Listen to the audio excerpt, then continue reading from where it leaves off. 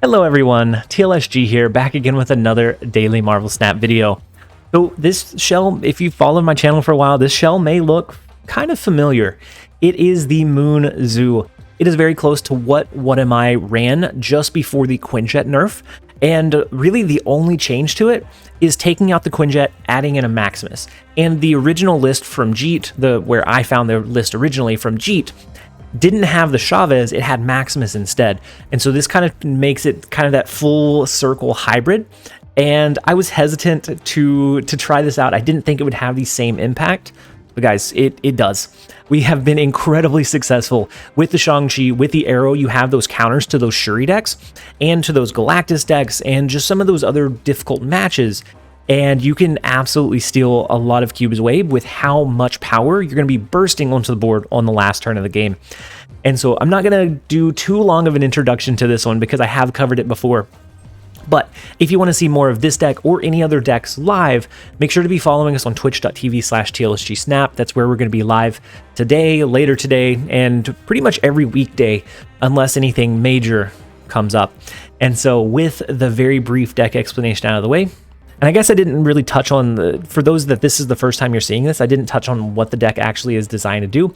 It is designed to have a relatively low curve. You want to ideally double down on a Demon, on a Titania, a She-Hulk. That way you can flood those resources onto the board on the last turn of the game and just blitz out a ridiculous amount of power. So even if you have two She-Hulks and a Shang-Chi, you can destroy one of the opponent's big lanes and stack your power into whatever other lane you need to be able to find a way to win. You can't quite explode as much because you're not going to be able to reduce them down past one, but you can still do a big burst of power that is still very, very formidable.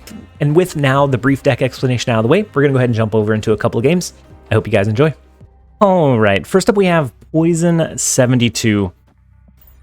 The first location is the Sanctum Sanctorum, which admittedly this deck does not deal with very well. This one wants to be able to play into all of the locations, and it can't really go wide as easily as a Sandman, Electro Ramp, Doctor Doom deck. And so we have to try to grab at these two locations as much as possible. It's going to come down to a point slam. And so we'll see if we're able to make it happen. We could play Maximus, but we're going to skip and soak. We don't want to necessarily give them the resources, or any resources if we can help it. They do play Cosmos, so I'm immediately afraid of a Shuri coming down on 4, so maybe an armor this turn, maybe a 1 cost into a Shuri. I think assuredly there would be a Shuri coming down next. Our only upside is that they won't be able to do the big play on 5, so like a Red Skull, they won't be able to do on 5. They'll have to skip and wait. We really hope to... Ooh, wait. They don't play Shuri on 4, which is really good for us. We're going to skip and soak here, and hope that they don't have a great play this turn either because of Dream Dimension. So Red Skull becomes really clunky. Some of the follow-up plays become increasingly clunky. So the She-Hulk after the skip. Okay, so they don't have a great finisher. I think we are in a good position now. I would snap, but since it's the last turn, wow, they snap instead. That is something, all right. We're gonna just flood the board. I'm not gonna snap back. I mean, maybe they have Doctor Doom, and it can go here and here, but we overpower the 5 here, that put them to 17. This is going to be 16. This is going to be more than 17. I'm not going to snap back, but maybe they just play 1 card in mid, being a Doctor Doom. Oh, the Kang. Okay, so the Kang makes sense as far as the snap. I'm still not a fan of Kang, but, I mean, it can help you out every once in a while, I guess. But usually it just, I mean, gives you a little insight. I mean, at most it saved them 1 cube, but it took an extra like minute, 2 minutes, so they could have played a whole nother game to get that cube back. Anyways, it doesn't matter. As long as they can't go wide, it doesn't really matter where we place our resources. And so as long as we have 1 Titania in each lane, so we're not going to bounce them, we should be relatively fine.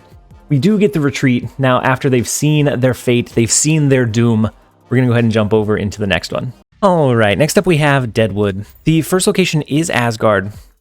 Ooh, and so the first card they play is Yondu. So it could be a Death Wave, could also be a Galactus. I think Galactus is more common than Death Wave now. Now, Sanctum Sanctorum, if it is a Galactus, is not terrible for us. That gives them one additional location to play in. And depending on what it is, it could be one that the on reveals don't trigger. It could just be a really detrimental location for them. They don't play anything else, so that makes me further think that it's probably a Galactus. Now, we only have a couple of ways to counter Galactus in this deck. One is going to be our Arrow. That's our primary way to counter it. The other one is going to be Titania. Titania is not phenomenal. It's just a way that we can potentially do it. If we send the Titania over early, if we get the itch or the read that it's going to come down, then we can enable that. So they did snap. I think this is a wave in the left lane. Yep, and so because we anticipated the wave, we went ahead and played Maximus. It's not ideal. It's not the necessarily right call, but we wanted to make sure we had priority to pull their Arrow, or to pull their Galactus over into Asgard. And so that's if they use it this turn. If they kind of play it cautiously and maybe do a Doc Ock instead, maybe we're at risk here. But it is the Galactus. You can always rely on a Galactus player to run Galactus, or a Galactus player to play Galactus if they can. So we do get the Galactus to be canceled.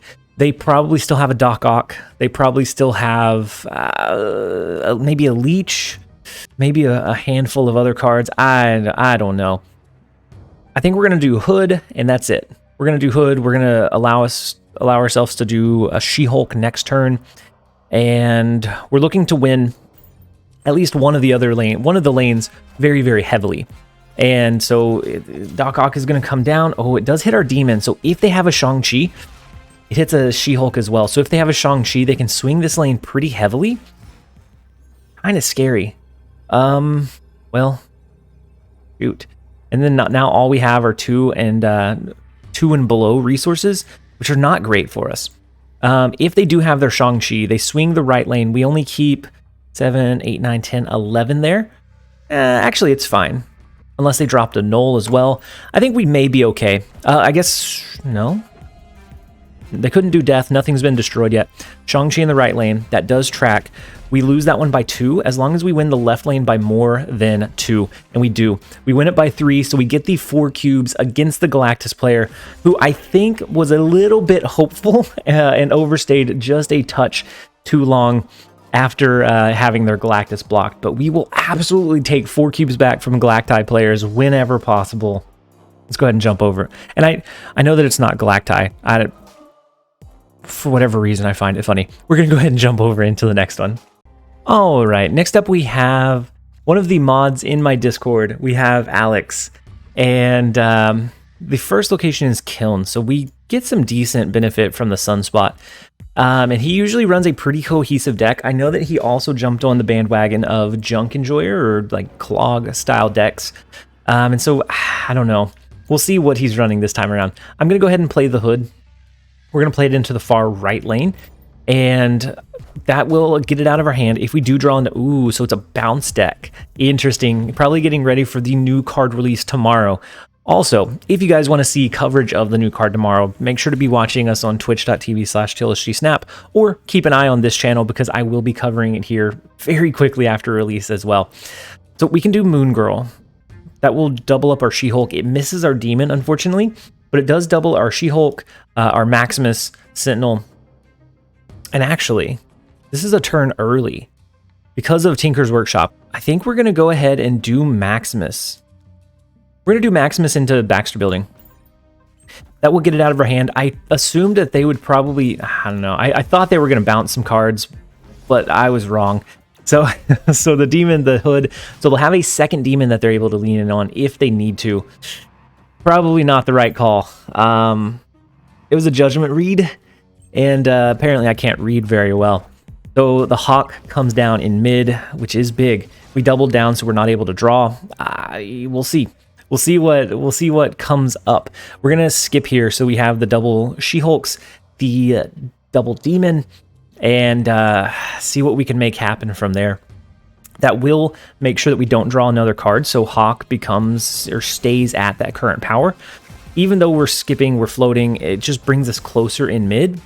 But knowing the bounce deck or a bounce style deck, what they typically run, they don't have another big power supply.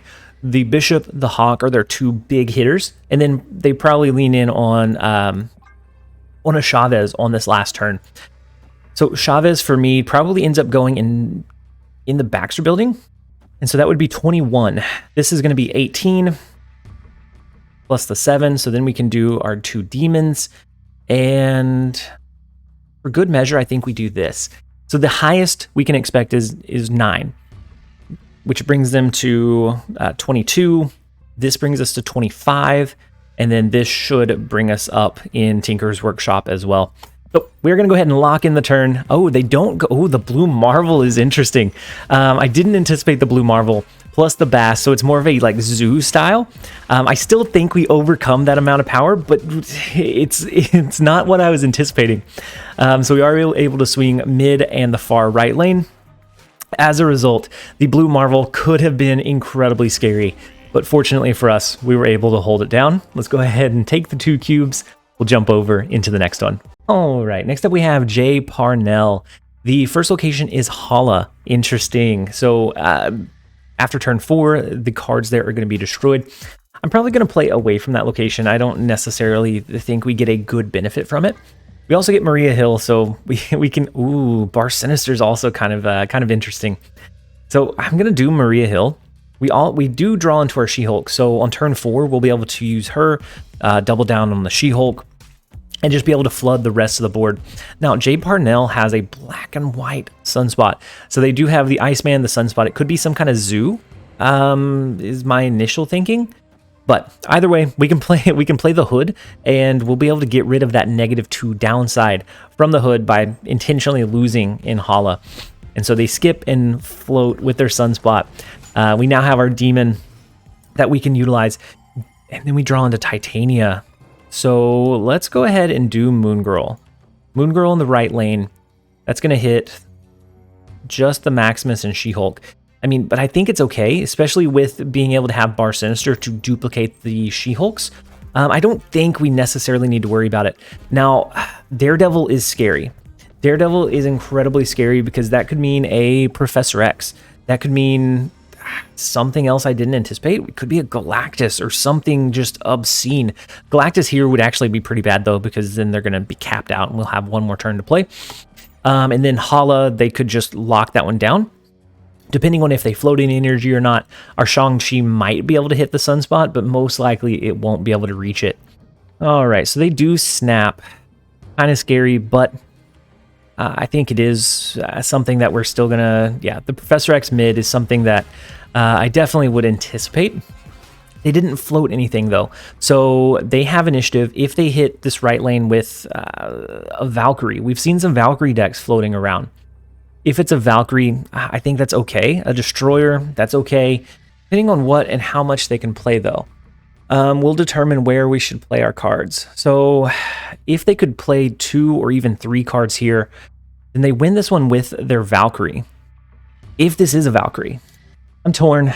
I'm very, very torn on where and how we play our cards, because I think we have the right lane locked down, but do they invest really heavily over in the left lane? I don't know that this is right, but we're going to go all in on the left lane. Oh no, they just play 1 card to the right and it's Arrow. Okay, so that's fine. So we do still overpower the left lane. The Arrow is not impactful, especially since we did plan on just flooding our stuff on the board. We are able to very heavily overcome the left, very heavily overcome the right, and we do sweep the 4 cubes as a result. The Daredevil, the Professor X lock guarantees 1, but we just had a lot that we were able to lean in on and throw on the board on that last turn, making it really difficult for them to find a way to win one of the other ones. We'll go ahead and take the 4 cubes. Let's jump over into one more. All right, next up we have Sandman. The first location is X-Mansion, and this is actually the second time that I've faced this opponent. The first time, we've been on a really good streak, but it hit District X, so we stopped recording. I did end up retreating out of that game on turn 6. They snapped, and so it was 1 cube wager versus going into 4. We could have won. We had a chance to win. It could have been a bluff, but it was just 1 cube, so I decided it was smarter to retreat. They do play a Sunspot. We play our Hood. Okay, so Jotunheim is the next location. And with the District X game, I wasn't paying attention to what they naturally had in their deck versus what they actually pulled from the District X itself. I know that they played a Dracula on us, and so they might have a pretty decent advantage in the Jotunheim lane if they actually had the Dracula and it wasn't just something that they generated from District X. So they played Lizard in the left lane. They're pushing quite a few resources over there. Now, normally I wouldn't use Maximus, but I don't think there's necessarily a reason not to here. Or we could go something cheaper, like we could early play our Titania plus Demon. That's going to send Titania to their side. That's going to cap out this lane. We will then be able to play a card eventually in the lane to recall it back. Because we'll have two... Oh, wait, we won't. We'll have 2 spots. We're going to generate one from X Mansion. So they'll be capped out here as well. In that case, I'm going to save Titania. We're just going to play Maximus. And then in the right lane, they do a Cosmo. And so we do allow them to draw, I think, 1 additional resource here. Maybe more. I don't know. Their deck is now 2, so maybe they had fewer cards in hand than I thought. Oh well. We get Onslaught. They get Ghost, which is not necessarily what you want to see come down from the X Mansion. I mean, ours is good. Theirs is pretty poor. I think we're going to do a Sentinel and a Maria Hill in mid. That just equals out to 0, though. So is there any reason to do that? Is there any reason to like risk it and wait? I mean, soaking doesn't really give us anything. We couldn't draw. I guess we're going to play Maria Hill behind Cosmo to allow us to potentially draw into She-Hulk next turn. Then we'd be able to skip, soak, float, do whatever we needed to do. So they do Titania and then Lizard. Or then 0, unfortunately. Unfortunately, I think they flipped the way that they wanted to do that. We're going to go ahead and soak here. If they do a Shuri, that's surely that's fine. This looks now more and more like a Shuri deck, which is very common. It's very strong, but there are ways to beat it. The decks I've been using the last few days have been very specifically driven towards making sure we can beat Shuri fairly consistently. Now, we shouldn't have initiative here, but we do because of their Ghost. And so if they have a Taskmaster, they play it here and they just lose. So we're going to do She-Hulk to the right. We're going to do, I think, Demon to mid. If they do Taskmaster here, that's unfortunate. They lose. They've also played 3 1-cost cards, so I don't think they have another one of those. Ghost is, I think, working actively against them. I'm not going to snap into it because I think we'd scare them off, but I think we have a pretty good shot here. Taskmaster, Arrow, whatever they end up playing, shouldn't be very impactful. So they do play 1 card to the right. We bounce Titania. They're going to bounce it right back. The Destroyer is interesting and not something I was anticipating in the list, but we are able to still hold down the win. They could, I guess, in some rare situations, do Shuri on 5 into Destroyer on 6 to have that big power play, but you have to play it behind the Cosmo. I don't know. We will go ahead and we will take the 2 cubes. And we've been very, very successful with this list. I was hesitant into like Shuri matches, but there are ways that you can position your power even if you don't have direct counters to it. You have your Shang-Chi to destroy one of them while still flooding the board in with your other resources. And so I would say that Moon Zoo is very much alive. It doesn't quite have the pop that it had before with the Quinjet, but I think everything else still works pretty decently. And so we're going to go ahead and end the video here. I hope that you guys enjoyed it. If you did, make sure to give it a like and a comment down below. And as always, this has been TLSG. Later.